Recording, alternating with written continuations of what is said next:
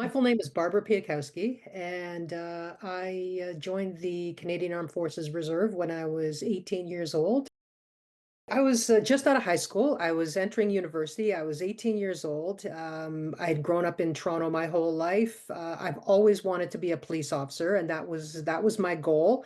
And when this came up, I don't even remember how I learned about the opportunity. When it came up, it really seemed to fit.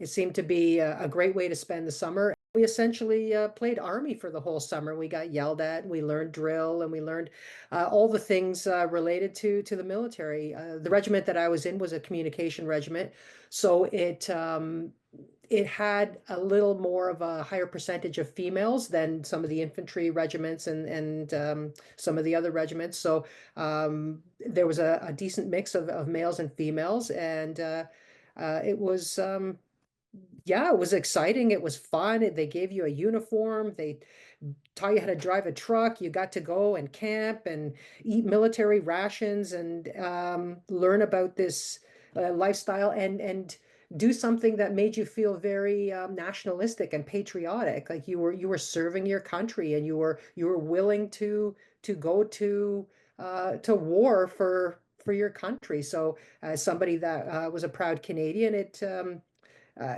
it really worked in well into the life that I was planning to live. And I had a relationship with somebody there. Nothing was overt. It was the early to mid 80s. Um, we, I mean, like I said, I was having a relationship with somebody there, but we weren't um, demonstrative. We weren't expressive. We went to work. I thought I was interacting with the person I had a relationship with and my other peers in the same manner.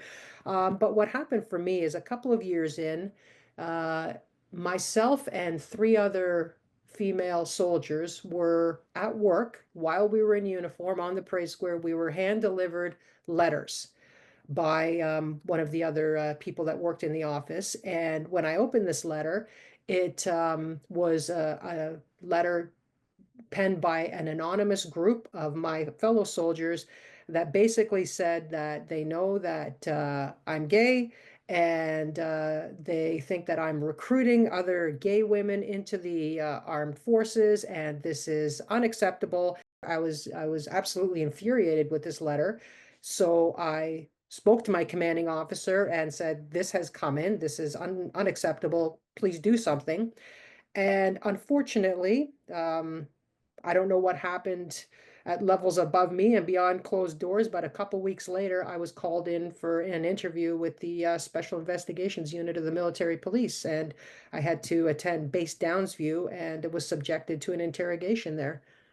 I believe I attended in uniform, and I believe I also signed in to get paid for the day because I thought, screw you, you're doing this to me, you're going to pay me for it. So I showed up at Base Downsview. There was a little gray building just north of on the street, just north of the base. And I was put in a room. It was a gray room with pegboard, a small gray room with pegboard on the walls. And there were two large male military police officers that sat down at a desk with me. And one played good cop, one played bad cop, and they asked me for a couple of hours questions about whether I was gay, who else was gay, what I did at night, who I did it with, um, on and on and on. Questions related to relationships I had, relationships I knew other people had, my sexual activities, and things like that. So uh, it was a pretty unbelievable experience. It lasted about 2 hours. It was there. I was recall being there a couple of hours. I was absolutely not truthful. I knew going in that my ability to withhold information was what my survival counted on. I was absolutely fearful of a dishonorable discharge. I grew up in a very law-abiding family. I was under the impression that if you get arrested, if you get in trouble with the law, your life is ruined, your employment opportunities are ruined. I had hopes of becoming a police officer. I didn't want to do anything to jeopardize that, and I believed that a dishonorable discharge was going to really negatively impact the rest of my life. And so there was the interviews, and while this investigation was going on, I was up for a promotion that was delayed.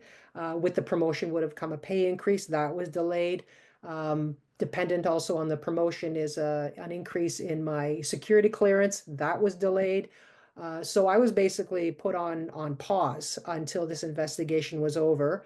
And eventually it was determined that it was, I guess inconclusive would be the best word. They couldn't pin anything on, I don't, there was four of us, so I don't believe any of us were um, determined to be homosexual. So eventually everything was dropped. I don't know what the outcome was for the other three, but for myself, there was it, nothing was found that could be used for a dishonorable discharge or to force me out. So eventually I did get my promotion and my pay increase, and my security classification was increased. But yeah, it took about 6 months for start to finish.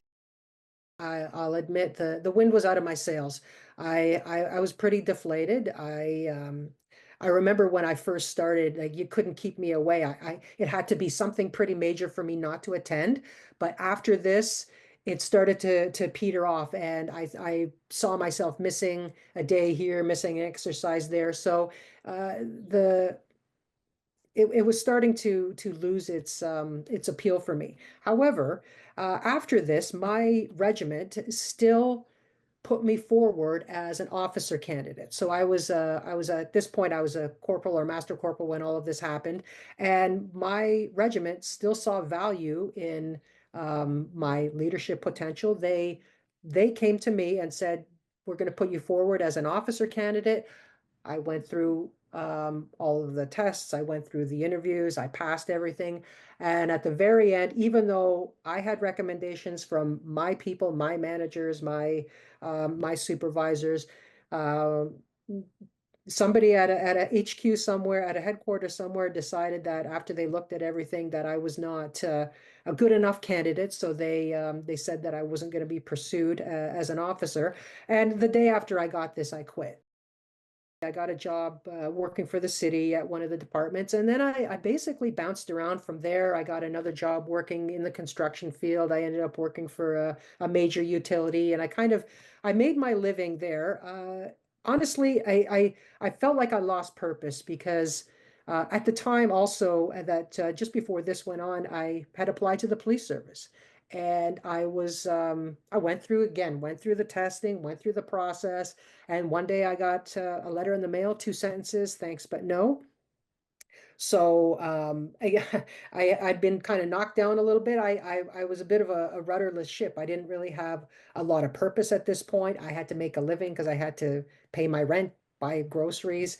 Um, I think although I wouldn't have described it at the time, I think deep down my feelings of worthlessness were impacting me in ways that I just uh, couldn't really see. Uh, I certainly couldn't discuss this situation at home with my parents. And now I'm living on my own. My gay family is my only family, which is, very small. And the military doesn't want me. My family, I can't discuss it with them. I'm pretty much alone. Took a long time. It was funny because it was 2019. The the apology had come from the prime minister for the LGBT purge. And there was a class action lawsuit. The movie The Fruit Machine, your movie, had come out. And so there was a bit of a pivotal time, 2017 to 2019, where all these things I'd never thought about for 30 years kind of came to the surface again.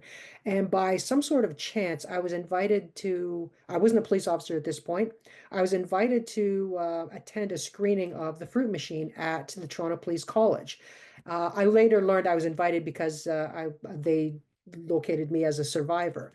And at that time, I was able to meet with members that had been in the actual movie, members such as yourself that had created the film, some other higher ranking police officers, and it was a pivotal night for me. Uh, at that point, it was the first time anybody had ever called me a survivor, a purge survivor, and it had quite an impact.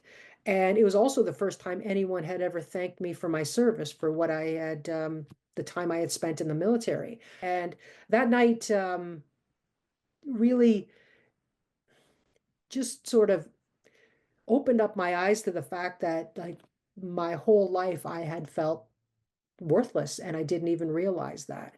So it was shortly after that, that I guess I really thought, you're running out of time. If you want to do this, you're going to have to do it. So for some reason, the stars lined up for me, and I don't know if I doubled or tripled down my efforts, but I applied, and I went through. I'd been working out like crazy, and I had applied. I actually quit my job, and for the sole purpose of going for it. And I thought, there's 40 some odd police services in Ontario. One of them's going to hire me. So I applied to the Toronto Police Service, and I just kept not getting stopped. And I went through the tests, and I was successful with the tests and the interviews. And the next thing I know, they're offering me a conditional offer, and I'm at the Toronto Police College with 80 other people that are half my age. And that's kind of how it all happened. You know what it's been like? Your whole life you live with this weird, constant negative companion. It's not the devil on your shoulder. It's like this little black ball of bile that tells you you're not good enough, you're worthless, you're useless, nobody wants you. And you just live with it. And it's your constant companion. And it's the thing that knocks you down every time you try. And all of a sudden, one day, it just goes away. One day you hit that goal, you reach that goal, you go back to, you're at 55, able to talk to the 19-year-old version of yourself and say, we did it. And this little negative companion that you've lived your whole life with is just gone. It's I mean, it's not all sunshine and roses. You still are who you are, and you still have your own personal obstacles to overcome and things you need to work on to improve on, etc. But this weird little thing that I've lived with that's um, just constantly whispered in my ear about, because I wanted to be a police officer for so long, it's simply not there, and it's simply gone. And to do this at 55 and to get rid of it has been absolutely worth it.